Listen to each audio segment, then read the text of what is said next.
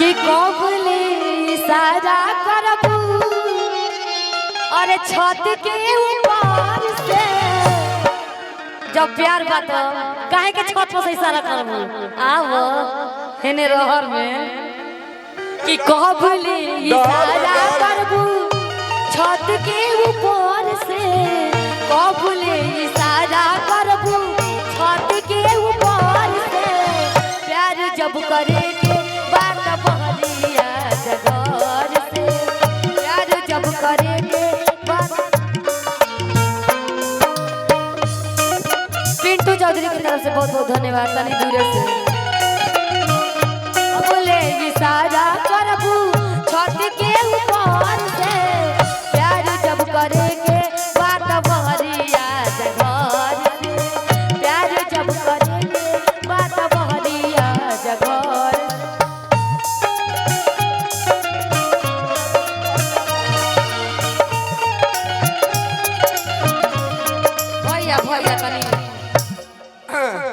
हमारा नया सी police request है वन चॉइस फॉर कौन सी पहले एक गाना आप मेरे भाई पवन सिंह के फैन तो हम हनी हाउ ना जी झलकाउला से होई झमकावला से ना होई पावर ऐसे से शुरू होई जैसे खत्म यही बात पा एक पावर स्टार पवन सिंह की दीवानी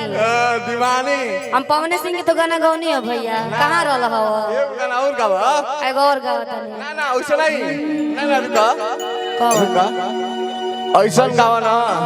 कि पूरा टकारी में हलफल मच जाए हल्फा तुम कि आई रही तई में वो 4.5 दिन खातिर बाकी हल्फा मचा के गई। हेलो नेहा जी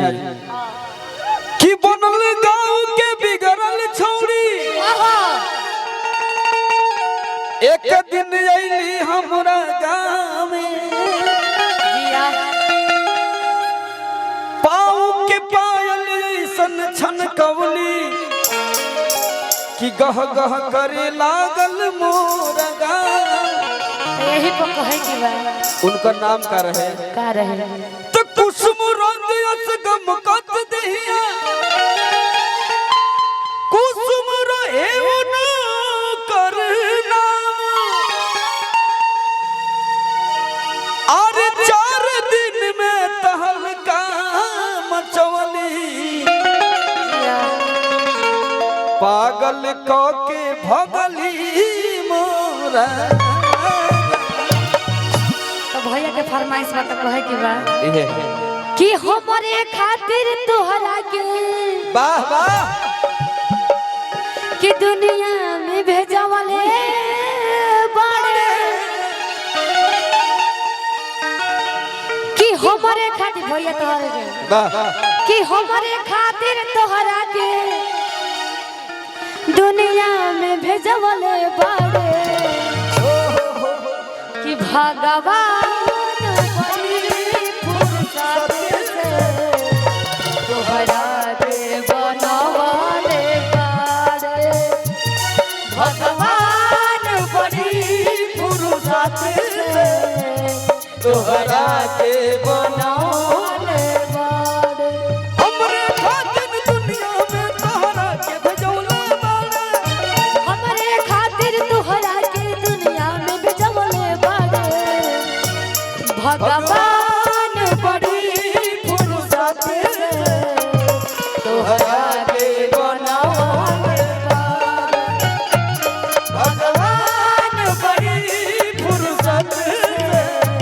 तोहरा के बनवले बाड़े।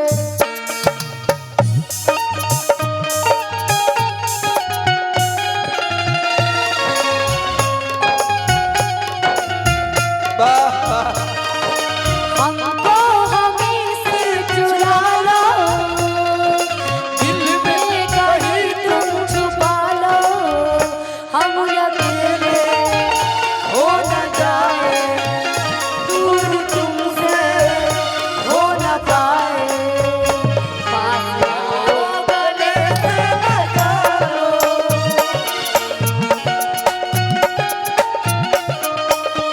भगवान बड़ी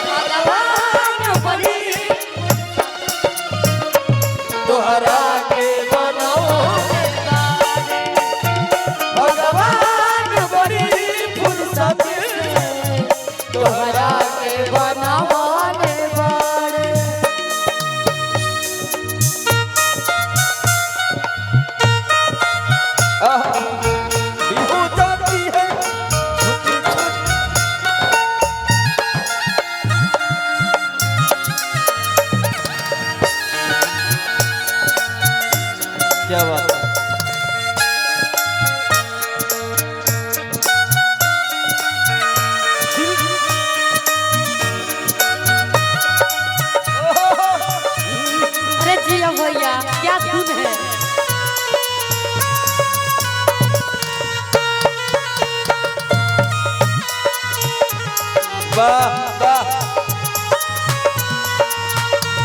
भगवान बड़ी फुर्सत से तोहरा के बनावले बारे भगवान बड़ी फुर्सत से तोहरा के बनावले ओ केहू के ईमान नहीं रही ओकरा बस में सोरा हो सिंगार सजल सोरहे बरस में क्या बात है रही ओकरा बस में सोरा हो सिंगार सजल सोरहे बरस में हुस्न के जादू वदा के मंत्र तो पे चलौले बारे हुस्न के जादू वदा के मंत्र तो पे चलौले बारे भगवान बड़ी फुर्सत से तोहरा के बनावले बारे भगवान बड़ी फुर्सत से तोहरा के बनावले बारे भगवान बड़ी फुर्सत से तोहरा के बनावले बारे भगवान बड़ी फुर्सत तोहरा के बनावले अरे अब का मतलब बा